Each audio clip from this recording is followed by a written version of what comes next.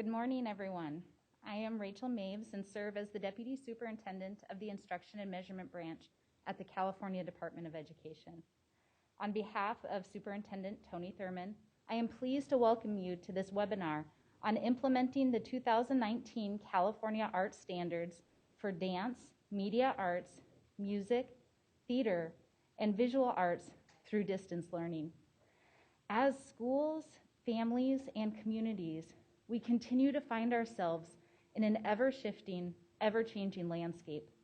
This disequilibrium brings us to a place where the necessity of healthy expression is vital, oftentimes when words alone do not suffice. The California Art Standards, part of our adopted course study for grades 1 through 6, and required course offerings for grades 7 through 12, offer a positive outlet to communicate ideas, experiences, and feelings. Our presenters today will highlight some possibilities about how we integrate the arts in distance learning. Thank you so much for your commitment to arts education and for joining us today. I will now turn it over to Shanine Coates, our webinar host and the Director of the Curriculum Frameworks and Instructional Resources Division. Here you go, Shanine. Thank you, Deputy Superintendent Maves. The Curriculum Frameworks and Instructional Resources Division supports the State Board of Education and the Instructional Quality Commission in the development of subject area curriculum frameworks and adoption of instructional materials. This slide provides a snapshot of where we have been with the Visual and Performing Arts, VAPA, and where we are going next. Assembly Bills 2862 and 37 required the CDE to revise the 2001 VAPA standards and create new standards for media arts. The State Board of Education adopted the California Arts Standards for public schools pre-kindergarten through grade 12 in 2019. In just a few days, the State Board of Education will consider adopting a new arts education framework to support implementation of the 2019 art standards. New instructional materials will go before the State Board of Education in November 2021. Today, we will focus on the 2019 art standards. Our partners in producing and presenting this webinar, the California Arts Project and the California County Superintendents Arts Initiative, will highlight some examples of how the implementation of the 2019 art standards from a distance is working in different contexts across our diverse state. While we hope you will find the examples we share today useful, it is important to note that there is no single recommended approach to implementing arts standards through distance learning. During this webinar, you will be able to ask questions. If you are participating via Zoom, please use the Q&A feature. If you are participating via Facebook Live, please email us at distancelearning@cde.ca.gov. If we are unable to answer your question live, we will contact you after the webinar to address your question if needed. I'd like to tell you a little bit more about our partner organizations who collaborated to bring you this webinar. CCSESA supports students, schools, districts, and communities to continuously improve student achievement in each of the state's 58 counties through a fully equipped and comprehensive statewide network. CCSESA serves educators in California through a regional model that also includes additional identified leaders in the arts across the 58 counties. Regional arts leads of the CCSESA Arts Initiative also function as the Curriculum and Instruction Steering Committee, CISC Arts Subcommittee. TCAP, one of the 9 California subject matter projects, is a collaborative statewide network of classroom teachers and university scholars with the mission of improving teaching and learning in dance, media arts, music, theater, visual arts, and in arts, media, and entertainment. TCAP's regions are based on the California Subject Matter Project regions, and they utilize a collaborative regional and statewide approach to serve educators, schools, and districts across California. The CDE has a strong history of collaboration with CCSESA and TCAP, and the recent adoption of new standards and development of the draft framework for the arts has provided an opportunity for us to develop new work together. Here is a list of the regions and sites for CCSESA and TCAP. Region maps and lists of contact information for both organizations will be posted for participants to access after the webinar. Before introducing our presenters, I would like to invite you to join me in reflecting on a few things. What are the contexts for arts education in school that students now may encounter through distance learning? There are multiple contexts to consider. Sequential standards-based arts education in transitional kindergarten through grade 12 develops aesthetic appreciation and the skills of creative expression in dance, media arts, music, theater, and visual arts. The 2019 Art Standards and Draft Arts Framework provide guidance for arts education. Career Technical Education for Arts, Media, and Entertainment integrates career technical and arts learning and readies students for career in college. The Career Technical Education Standards for California Public Schools provide guidance in these areas. Preschool students can access arts instruction that focuses on artistic play, process, and arts learning in the context of child development. The California Preschool Learning Foundation's document provide guidance. Integrated arts instruction can further understanding in the arts in one or more content areas. So why are the arts important? The arts as a means to well-being is one of the foundational principles of the 2019 Art Standards. As students have been engaged in learning from home, missing their peers, and trying to make sense of the events that are shaping our lives in 2020, we are increasingly focused on mental health and the need to be more intentional in attending to social emotional learning.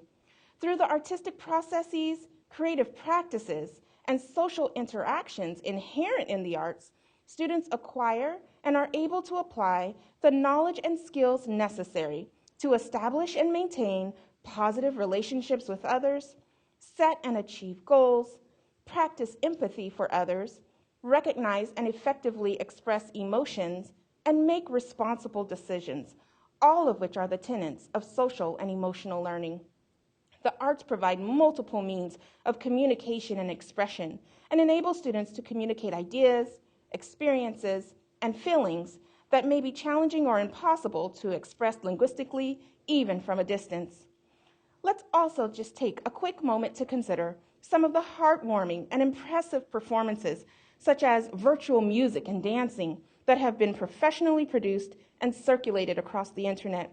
These products of arts learning are inspirational and entertaining, but should not be the expectation and focus for arts education distance learning. The 2019 Art Standards embrace discovery and experimentation and process-focused arts learning experiences. This will be a big focus in our webinar today. Finally, let's keep in mind that we are all learning together in these unprecedented times, and collaboration and sharing are key. We look forward to sharing some lessons we are learning today. I am pleased to introduce our partners, Courtney Sawada, Director of the Southern Counties California Arts Project, and Armelin De La O, Region 10 Lead, San Bernardino County Office of Education for the CCSESA Arts Initiative and President of the California Music Educators Association. Armelin? Thank you, Director Coates. Good morning. We're very happy to be with you all today. We'll begin by briefly introducing the new California Art Standards. This introduction will provide you with an overarching structure and intent of the standards. Next slide. The ultimate goal of the California Art Standards is to develop artistic literacy, which is the knowledge and understanding required to participate authentically in the arts. Artistic literacy involves recognizing and utilizing arts as communication, arts as creative personal realization, arts as culture, history, and connectors, arts as a means to well-being, arts as community engagement, and arts as profession. Next slide. Good morning, everyone. The California Art Standards are written for the 5 arts disciplines of dance, media arts, music, theater, and visual arts. Media arts are newly articulated as a separate discipline with these 2019 standards. The standards are student-centered and inquiry-based. They emphasize process as well as product and are organized by 4 artistic processes. These artistic processes are creating, performing, presenting, producing, responding, and connecting. The performing applies to dance, music, and theater, presenting applies to visual arts, and producing applies to media arts. These artistic processes are common to all of the arts disciplines in that they are the cognitive and physical actions by which arts learning and making are realized. It is vital to understand that the four artistic processes offer students full and well-rounded learning in all aspects of arts. The four artistic processes should be viewed and considered as intersecting. If we go back one slide for a moment, we'll see that they are viewed as intersecting as they're often occurring simultaneously. Additionally, the components within each artistic process are not linear. They provide many entry points into each artistic process. Next slide. It is the artistic processes that frame the standards. The standards include two types of standards, and it's important to distinguish these two as they have different purposes and functions. First, there are the anchor standards, which, like the artistic processes, are the same for all of the disciplines and all grade levels. The anchor standards articulate the generalized outcomes of students' K-12 learning. For example, if we look at creating, the first anchor standard, students are working every year to further develop the knowledge and skills needed so that they graduate able to generate and conceptualize artistic ideas and work.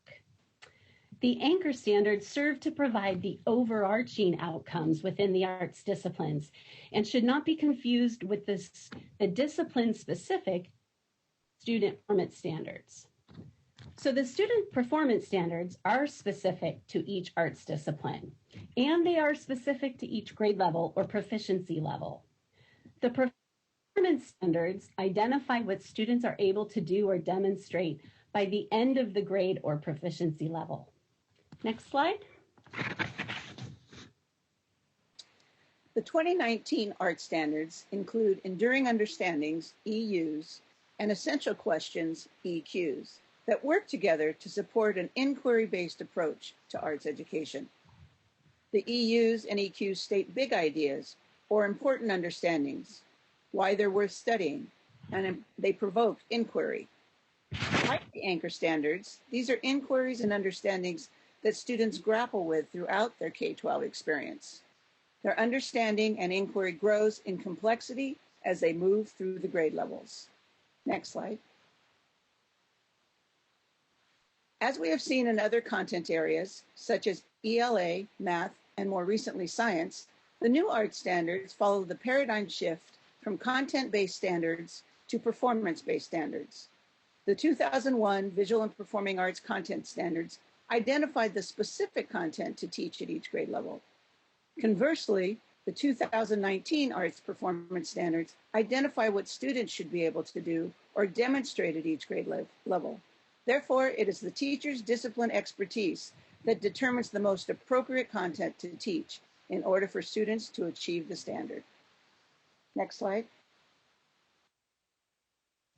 As we said earlier, the performance standards are end-of-the-year expectations for learning and development. They describe what a student will demonstrate as an outcome of learning, specific content and developing skills, rather than identifying the specific content and skills that teachers will teach. So in this way, the new standards are student-centered. Teachers determine the arts content and pedagogy when designing instruction to prepare students to demonstrate proficiency in the standards. Therefore, teachers must ensure that students have sufficient and substantial opportunities to practice throughout the year as they move toward mastery of the performance standards. Next slide. With the abrupt transition that California faced with total distance learning this spring, as a field, We learned a lot and discovered that there are many successful approaches to teaching the arts through distance learning. There are perks to teaching and learning in distance formats. Who knew? We'd like to share with you some of these learnings, and we have a couple teachers online with us today that will share specific examples of what they tried and what was successful. But first, a few overarching benefits we discovered for teachers and for students. Next slide. With the transition to distance learning, there is a renewed opportunity to discuss and address inequities. Arts classrooms often are not equipped with the technology implemented in other classrooms, like class sets of Chromebooks or iPads, etc. With districts' efforts to ensure that students had the devices needed to engage in distance learning, this brought access to many arts educators to utilize digital tools in their instruction, which were not previously available. However, as with the inequities of access to digital tools, many arts educators also found that access to materials that were normally specific to the discipline was limited or non-existent in many student homes. This required that districts, schools, and teachers get creative in finding new materials and new ways of engaging, such as using found objects to make artworks, or using digital tools to practice or create music. Distance learning also required teachers to rethink curriculum and instructional plans. For example, in music, there is more of a focus now on the artistic processes of creating, responding, and connecting, with some pieces of performing, such as focusing on independent practice and the fundamentals to keep our chops up, or co-creating and co-practicing with teachers, practicing alongside their students, which is what the standards talk about, developing the independence needed to rehearse and practice on their own. The collaborative work in theater continues to be reimagined with new explorations of devised work in theater versus focused on scripted works only. In visual arts, there was a renewed focus on documenting the process and exploring other exhibition opportunities, such as digital galleries. In media arts, we saw digitizing opportunities for students to share work, creating digital versions of their work, and teachers finding new opportunities out of necessity. We also saw a huge technology learning curve for many educators. They were thrust into the 21st century.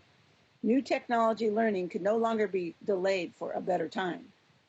Non-digital natives began to learn from colleagues inclined to use technology. This forced our hand, and we had to learn. We also recognize the power of this learning. These tools and this learning will not just be thrown out and will continue to be used even in traditional face-to-face school models. These opportunities created new, authentic, real-life contexts in which to engage and learn in the disciplines. However, because of the disparity of districts' guidelines for synchronous and asynchronous instruction, there were limited possibilities in collaboration. Some rigidness stifled the creativity of the teacher to find ways to continue to engage. We saw an increase in social media platforms in which educators connected to share ideas, ask questions, seek support. We saw new threads in conversations emerging daily. Next slide, please. There were also many benefits or perks for students in distance learning. First, there was more flexibility in students' time, and this was especially evident with teenagers' natural time frames, right? The later start time in many cases. We saw a lot of teachers providing more student-centered learning opportunities, maximizing student choice and student agency to direct learning. Synchronous learning supported flexibility and choice. One huge perk is that now many students have access and have a tool or device that they didn't have access to before. They have a Chromebook or an iPad at home as a result of those equity efforts made by many districts. Students also experienced an increased connection and access to their teachers. There was more potential for individual and more personalized instruction and interaction, such as through phone calls and emails or texts. This pandemic has heightened educators' focus on the social and emotional needs. We have all recognized the need to monitor and care for our students' well-being. Next slide, please. So these have been some overarching benefits and perks of this distance learning adventure. But now we'd like to hear some stories from teachers in the field.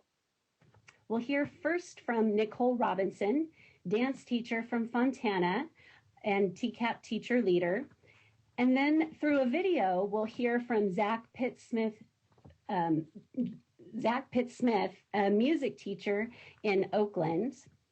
And also joining us online today is Kimberly Ramos, a visual arts teacher in Rialto and TCAP teacher leader. Nicole, let's hear from you first, please. What did you discover and explore throughout this spring? Hello, everyone. Thank you for sharing your time with us today. My name is Nicole Robinson, and I am the dance program director at E.B. Miller High School in Fontana, California.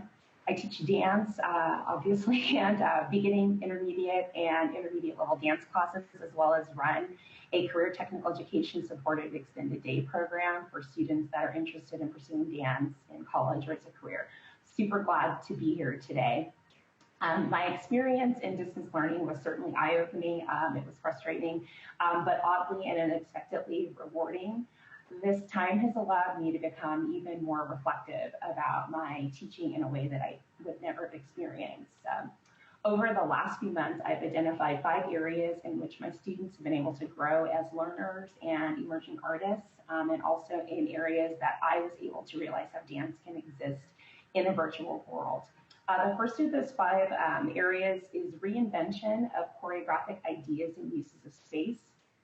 Over the course of distance learning, students were asked to reimagine their previously choreographed works in different locations and environments.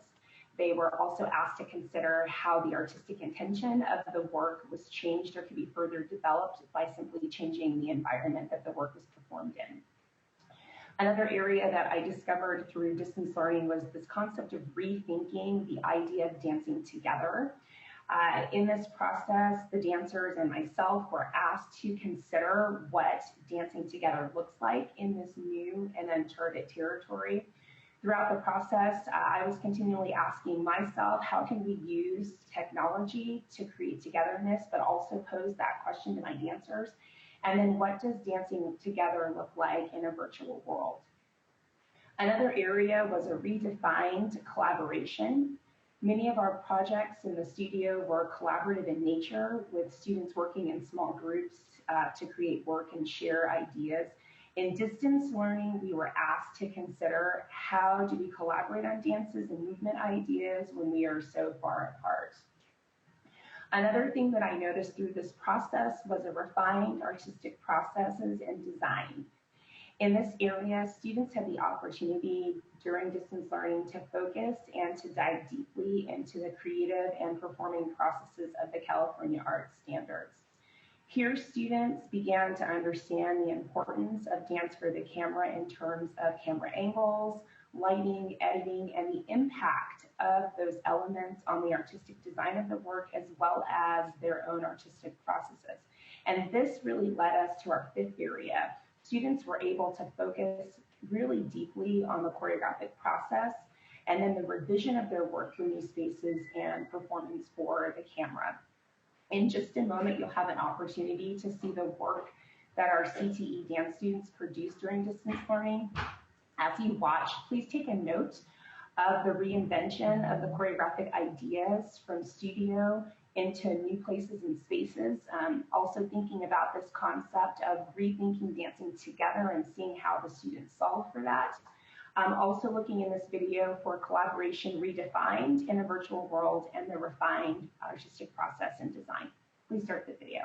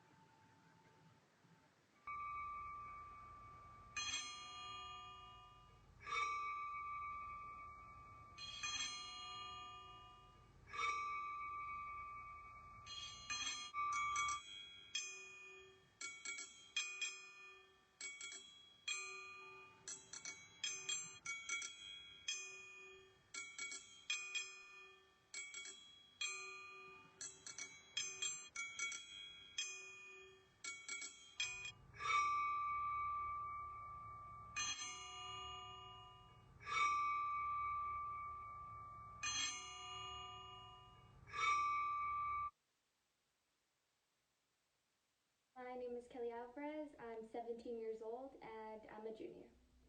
Home LA Placemaking Project helped foster my creativity simply by giving us the opportunity to be part of such a project.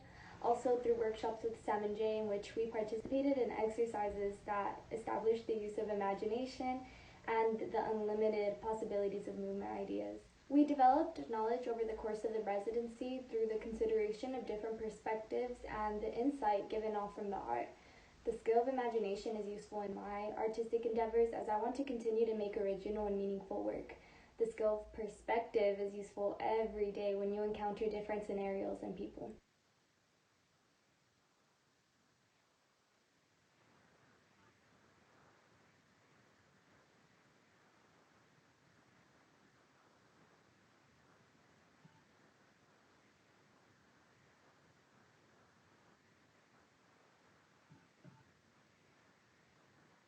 Thank you.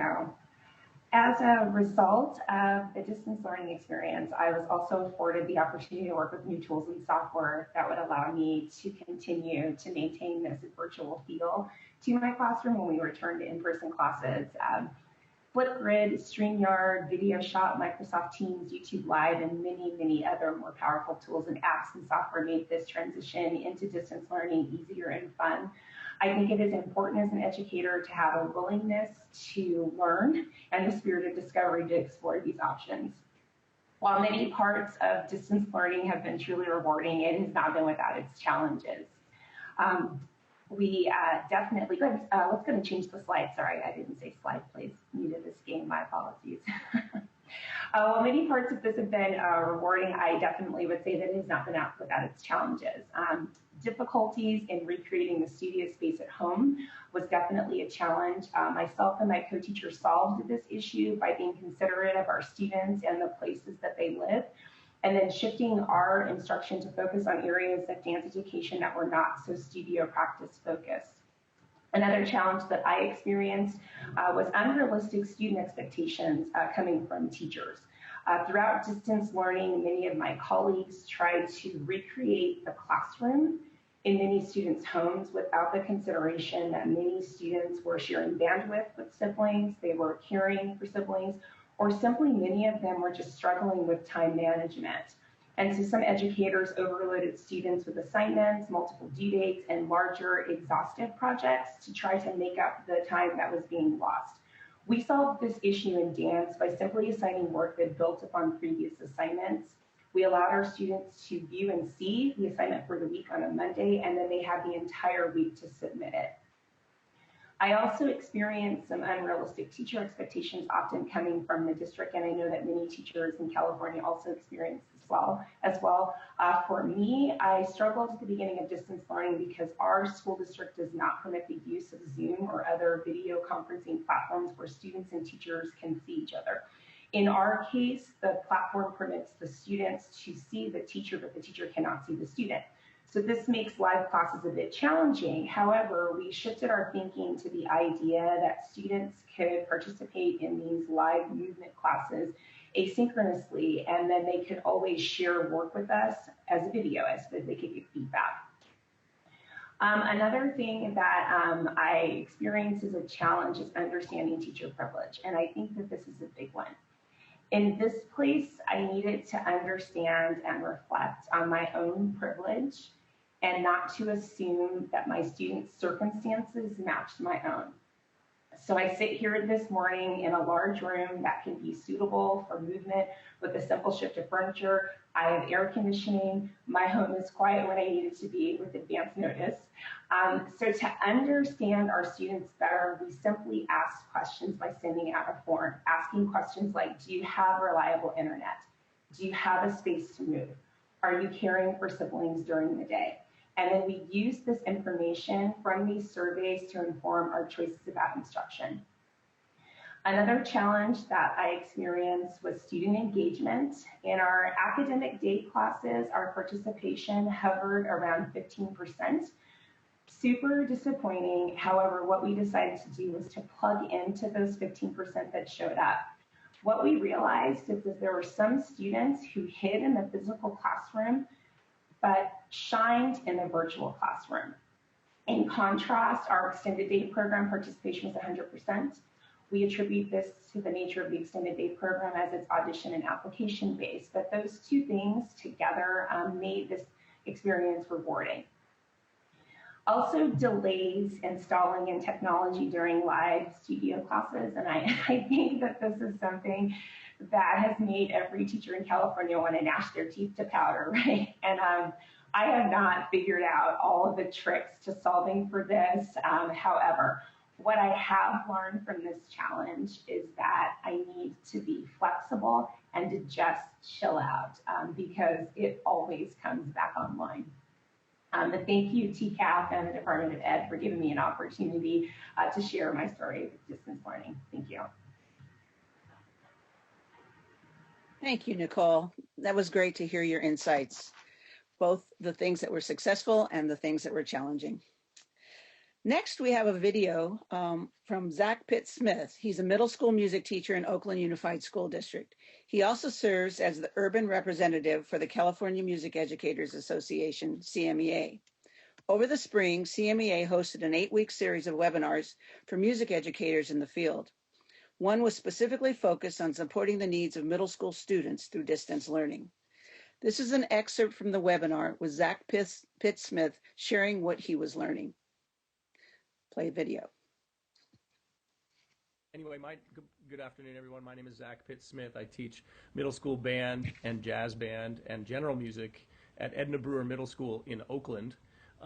And being a Title I school, we are really clearly feeling this digital divide and, you know, understanding that this pandemic, like a lot of crises, hit people on the fringes of society first, and it hits them harder. And I think our jobs teaching these kids is no exception. You know, it only kind of exaggerates the inequity in our public education system, and we have to really figure out creative ways to get things to them. And I think it starts with the devices right now. My school, there were some administrators and some teachers who, when the shelter in place first hit, just really hustled and got out maybe 200 Chromebooks to kids' houses, and I'm sure that's happening around the state and around the country. When we have those resources in our schools, the first thing is how do we get them to the kids?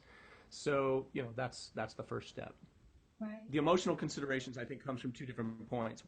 What benefits does our musical content offer our students at a moment like this? I'm receiving some great feedback, students saying that this is exactly what's, you know, it's the same thing that they tell us in our classroom, really.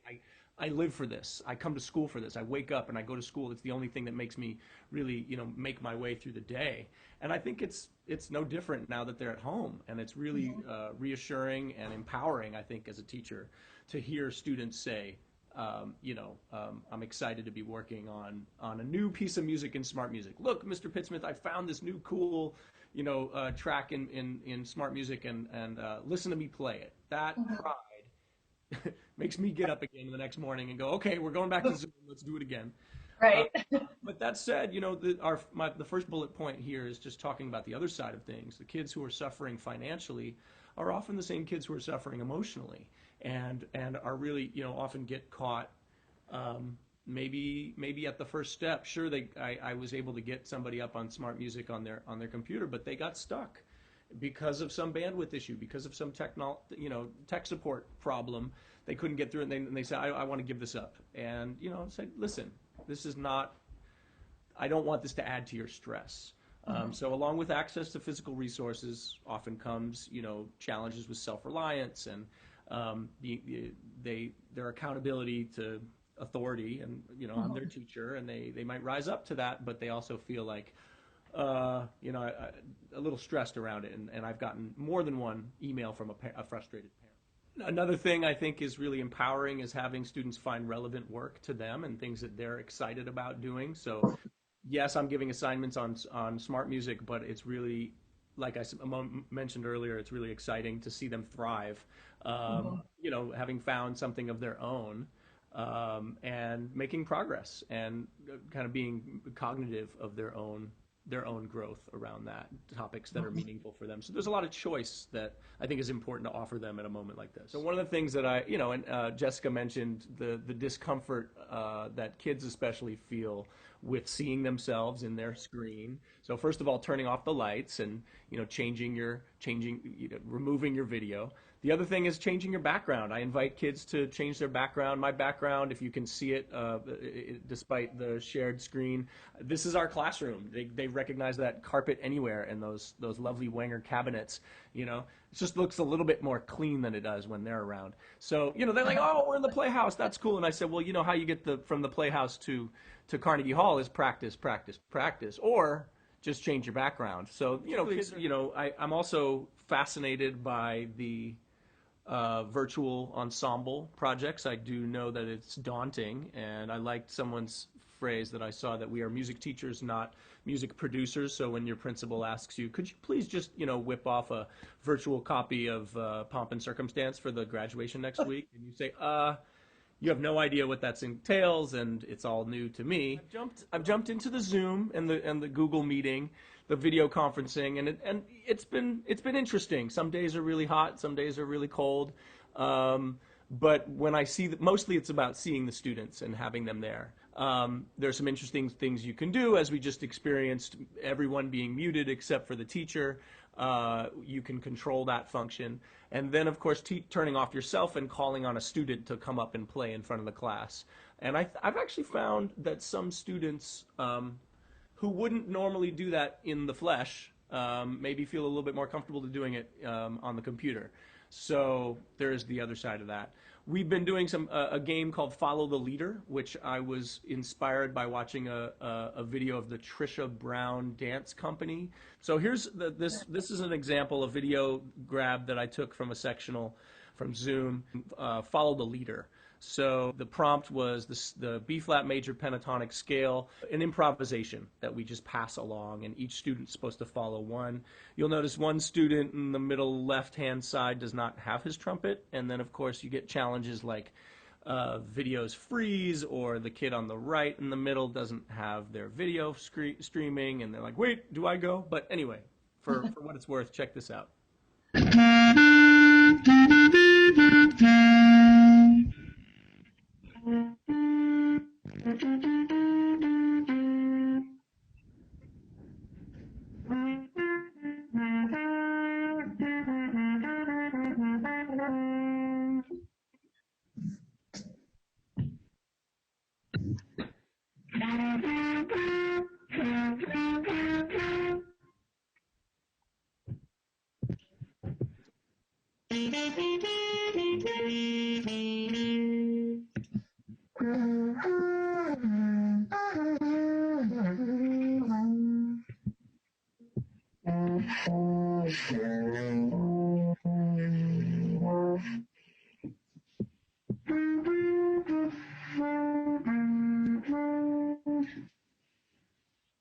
Yes, that one kid without the video was the lone saxophonist in there, and the kid on the left, he was instructed to do some clapping. Oh, you don't have your trumpet. I don't even think he had his mouthpiece. I should have had him buzzing. But follow the leader. It gets them staying focused. It does also give me a little feedback that tells me, oh boy, their chops are tired, and they are having a little trouble with air projection when they're sitting on the couch. All right. At this time, I'd like to introduce Kimberly Ramos, visual arts educator from Rialto, California. Kim? Thank you. Thank you for having me here today. I am a high school visual arts teacher, and this past year I primarily taught beginning and advanced digital photography, AP art history, and art 1. As you can imagine, with such diverse content, I approach my classes in very different ways. I wanted to first address some of the challenges that I personally faced when I knew that we would be doing emergency distance learning. The first question that I asked myself was, can I do this? Then it was, how can I do this? How can I do this without supplies? Can I be engaging? Will I do live sessions? How do I do live sessions? What if students aren't showing up? How is this going to be equitable? So as you can imagine, the questions themselves became very overwhelming. I realized the first real challenge was in my own mind, and ultimately, that is a challenge that I can control. Other challenges, the ones I call the uncontrollables, like student attendance, student participation, limited materials, and technology concerns, those were out of my control. The next step was designing my online structure. I was fortunate to already be using Google Classroom in all of my classes. Some classes used it often, almost daily, and other classes used it rarely. But everyone had a code and was in, and for that, I felt grateful. For each class, I created weekly calendars. It had their lessons with suggested amounts of time for each lesson, due dates, and even project titles that were coming soon to create interest. Also included were my live office hours and email for communication. My first lesson started out very comfortably for myself and for my students. All classes had review for the first week. It gave me an opportunity to see who was going to participate and what limitations we had. So it was almost like a practice round. I also sent out surveys like Nicole to my classes. Mine regarded supplies available, technology access, and for my AP classes, the days and times that they would be able to meet online. I then began developing lessons that I thought were engaging and provided enrichment opportunities for my students. I wanted to create assignments that were balanced while incorporating the different components of the artistic processes and art standards. This wasn't new for my students, but I wanted to be very transparent in my own mind.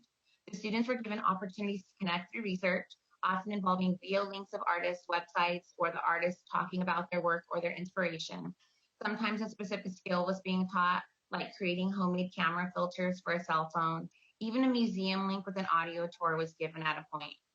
Then the students were able to imagine and plan their artwork, create it using materials that they chose and had available, and they responded to question prompts that were very reflective and focused around their artistic process.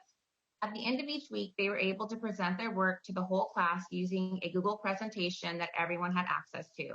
Each student was able to add their own slide, insert an image of the work they created, and write out information in their slide based on a specific prompt, and everyone had access to it. I made sure that I provided a consistent format each week so that everything would be easier to navigate for my students. The structure stayed the same, and I felt that this was important so that there would be as little confusion as possible because my students were having to navigate different procedures for each class. It also helped me be very organized. For my photography and Art 1 classes, lessons with directions, links, and examples were all given through a Google slide presentation. For each student, all research, planning, student artwork images, and reflections, basically all the work that they did for the week, was on one single Google Doc for each project. The format for presentations was the same every week. All assignments were numbered and titled to help the students stay organized. My AP class functioned a little bit differently, but was consistent in the same way. They were the only class also that I had regular live meetings with because we were reviewing for the upcoming AP exam. My comfort lessons evolved from presentations to demonstrations using document camera, pre-recorded museum tours. I created scavenger hunts and spent the time and work to create choice boards where the students had an opportunity to use different materials for each project and have different themes that they could select from. I tried to select fun topics that allowed for exploration and creativity beyond what I've done in the past. And for recording, I used Screencastify. That was extremely helpful. Despite all my work in organization, participation was still lower than I would have liked for most of my classes. And in truth, that really does not feel good. I'm very fortunate to have a very supportive PLC team of visual arts teachers. We met weekly to discuss anything and everything. We bounced ideas off of each other. We vented our frustrations. And through them and through the social media groups that I participated in, I found that many of the questions and frustrations that I had were had by them as well. And we were truly able to help and offer support to each other. I was giving and getting advice from people all over the United States, people I've never met before and still don't know, but we were able to come together in the interest of doing our best during this time. And through them, I got some pretty good ideas. One idea was to give my students a survey right at the beginning. It was a way to connect with my students, address their concerns, identify what materials we were working with. what technology they had available, and even more personal questions like, do you have a place to work in your home that's quiet? How are you really doing? And they responded very honestly. Another teacher shared a presentation that showed students how to take a good photograph of their artwork. And I found for my Art 1 students, this was necessary because I was getting out of focus images, skewed angles, and I'm a photography teacher. I didn't think of that. So it was something that I was grateful to have seen. Next, I'm going to show you some student examples. Next slide, please. For this assignment, students were asked to create their own imaginary friend inspired by a site that was shared on one of the social media groups called the Art Assignment. It inspired me to take one of the ideas and modify it to work for my students. There was a video of the artist Ji Young Choi and her process and inspiration for creating her imaginary world and her friends that lived in it. My students were then asked to create their own imaginary friend, and they also described characteristics of the character that they made and their artistic process that they went through. They were encouraged to work in 3D. They were also able to create 2D drawings or paintings if that's what they had. The choice for materials was theirs, and these are two very different examples based on materials that were available to the students. Next slide, please. This assignment reflects the world around us during this time. I'm sure many of you have heard of the Getty Challenge. The museum on their Twitter feed challenged people to recreate famous artworks in a creative way. And so I offered this assignment to my AP students, and they gave some amazing results. So you can see in this image right here, the student recreated Picasso's Guernica. I like the choice that he made sure that it was also in black and white. And the toys that he added were toys that he found around the house from his little brother. And so it gave an opportunity for my students for me to share with my students a way that the world was responding to art during this time period. So they were really excited to be able to participate in something that was being done not only in the United States, but throughout the world. And so they had some very creative results, and I was very impressed with some of the images that the students created. Next slide, please. So some of the things that I learned was to work smart, not hard. Use the supports in place. Google Classroom training was offered a few years ago at my school site. And at first I was very reluctant, and then eventually I gave in and I went, and I'm glad that I did, because it gave me a little bit of a foundation to start off with.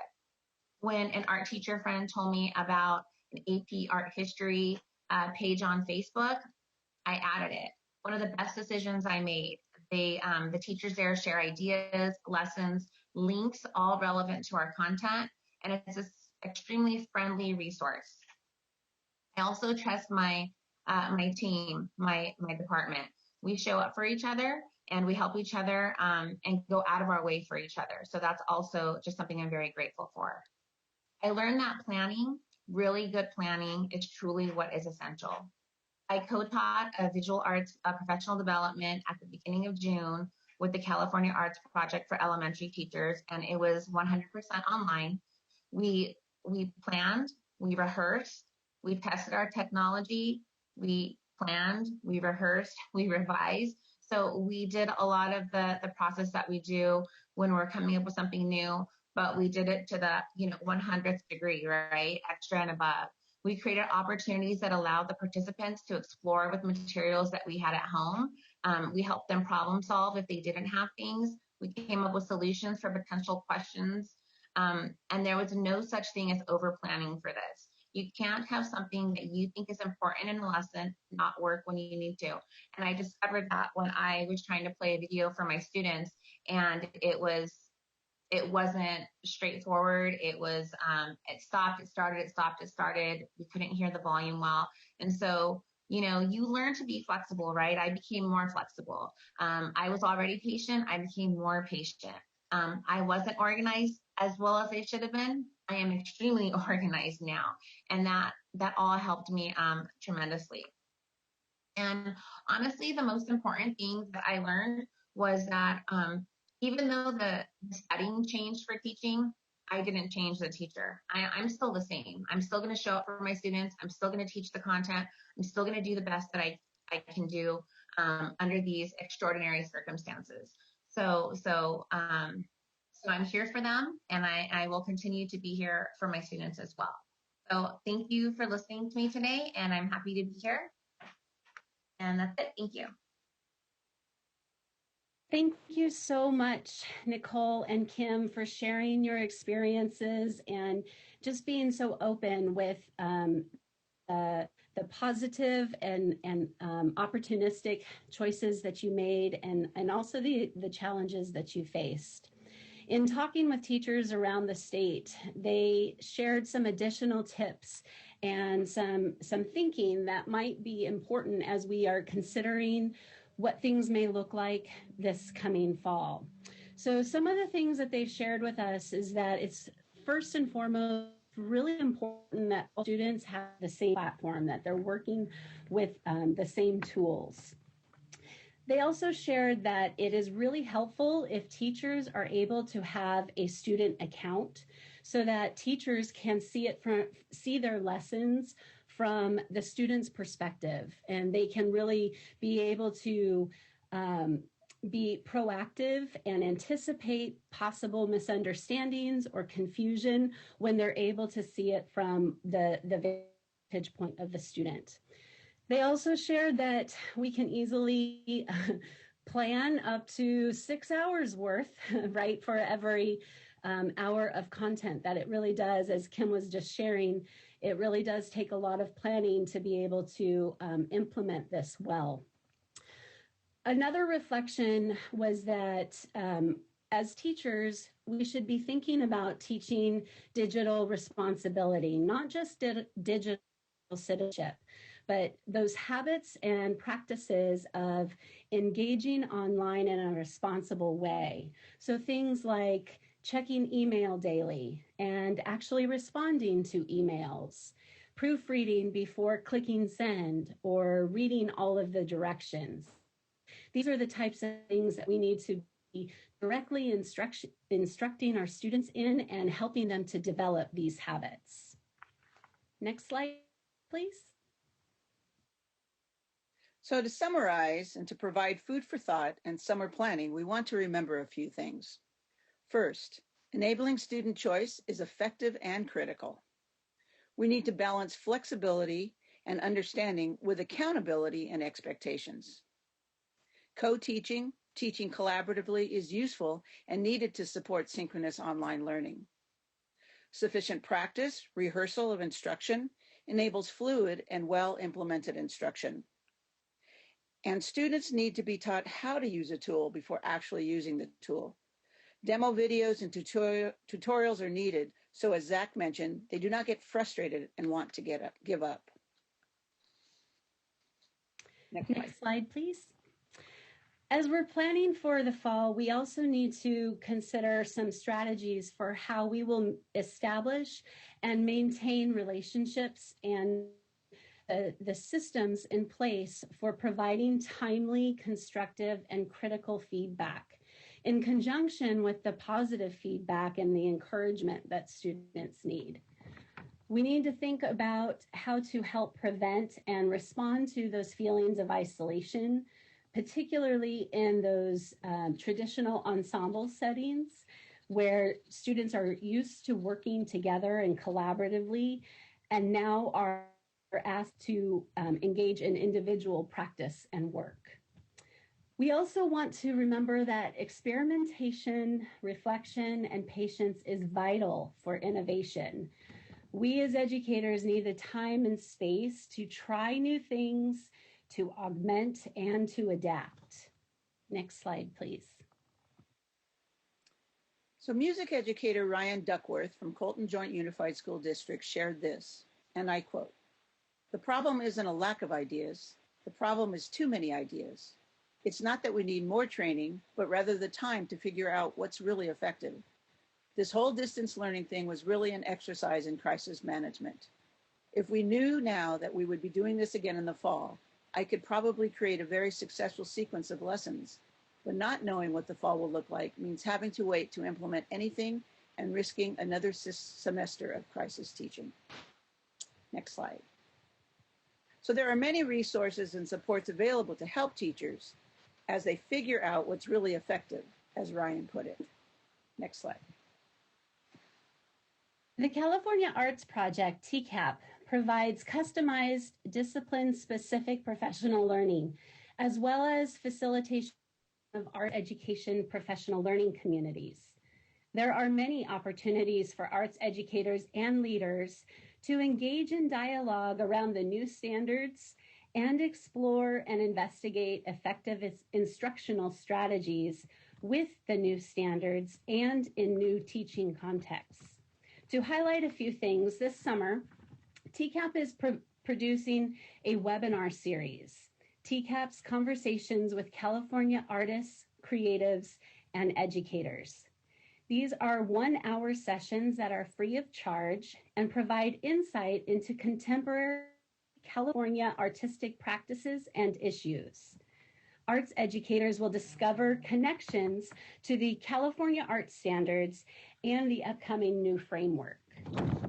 We are also launching TCAP's Latin Music Initiative through a series of summer webinars, and will continue this initiative throughout the year, focusing on how African, Indigenous, and Western cultures merged to influence a variety of musical styles.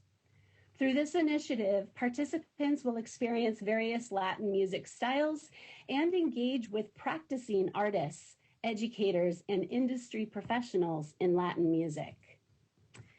To support arts educators and administrators, TCAP's regional and statewide communities of practice and networks are continuing to convene online throughout the summer. These discipline-specific and mixed discipline networks are engaging in professional conversations relating to the successes and challenges of shifting to distance teaching, sharing resources, and sharing approaches. To support elementary and non-arts educators, TCAP's new From a Distance discipline-specific programs are available and also customizable for schools and districts. These programs build teachers' capacity to teach the arts grounded in the new arts standards. TCAP is also facilitating district-based arts education PLCs, course revisions, sequential scope and sequence development, and strategic arts plans revision and development. Next slide, please. We look forward to TCAP's 14th Courageous Creativity Conference, which has been scheduled for June 2021 at the Disneyland Resort in partnership with Disney. TCAP Summer of Studios, which were set to be held on campuses throughout this summer, will be rescheduled as soon as it is possible to reconvene face-to-face. These programs have discipline-specific emphasis on the artistic process of creating and will provide opportunities to connect learning and reflections to classroom inquiries related to the arts standards. Next slide. Many resources that support arts education can be found at the CCSESA Arts Initiative website, ccesaarts.org. You can find 21 different Creativity at the Core modules developed by county offices of education and partners, including Module 2, which focuses on distance learning. You will also find publications such as the recently released publication, Counties on the Move, Arts Education for All Students, and a guidebook of strategies for culturally and linguistically responsive arts learning.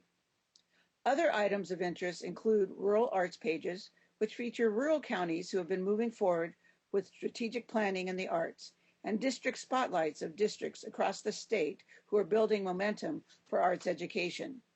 There are other resources, guides, and lessons that may be helpful to K-12 educators. Next slide.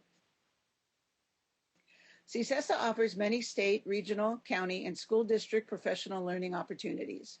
County offices of education and partners offer programs, workshops, institutes, colloquia, conferences, and events focused on key topics in arts education. CCSESA has partnered with the California Department of Education and other county offices to offer the Creativity at the Core annual 3-day institute for K-12 teachers and administrators as well as other convenings geared at building access to arts education. Next slide. Here are some representative examples of County Office of Education programs that serve K-12 educators. Many of the county offices provide resources, distance learning, and networking opportunities.